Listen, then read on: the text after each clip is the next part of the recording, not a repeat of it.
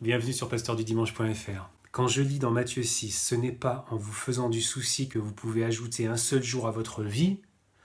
Pourquoi alors vous faire du souci pour les vêtements ?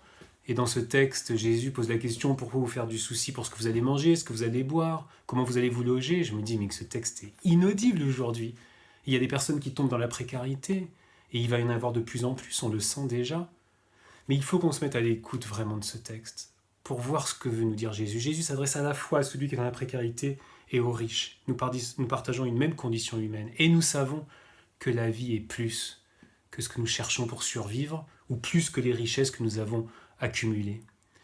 Calvin donne 3 piliers pour le chrétien.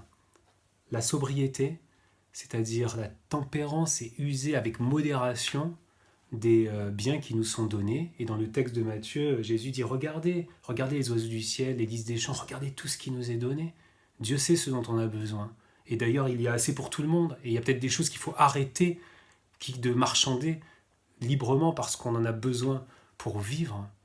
Et puis il donne un deuxième pilier qui est la piété. C'est pas la bigoterie, c'est assumer d'être attaché à un maître aimant, ce maître qui nous libère de tous les autres maîtres qui veulent nous aliéner. Et puis, le troisième pilier, c'est la justice. Les prophètes en ont déjà parlé. C'est le droit, c'est l'équité. Mais c'est aussi ce que nous mettons en œuvre pour le bon, grâce à l'amour que Dieu nous donne. Oui, ne pas s'inquiéter, c'est ne pas rester figé. C'est rechercher le royaume de Dieu et la justice. C'est entrer dans une visée, dans un mouvement. Et puis, c'est aussi recevoir le mouvement, le premier mouvement, avant que nous en ayons conscience que Dieu a fait vers nous. Et ainsi, on pourra choisir la vie.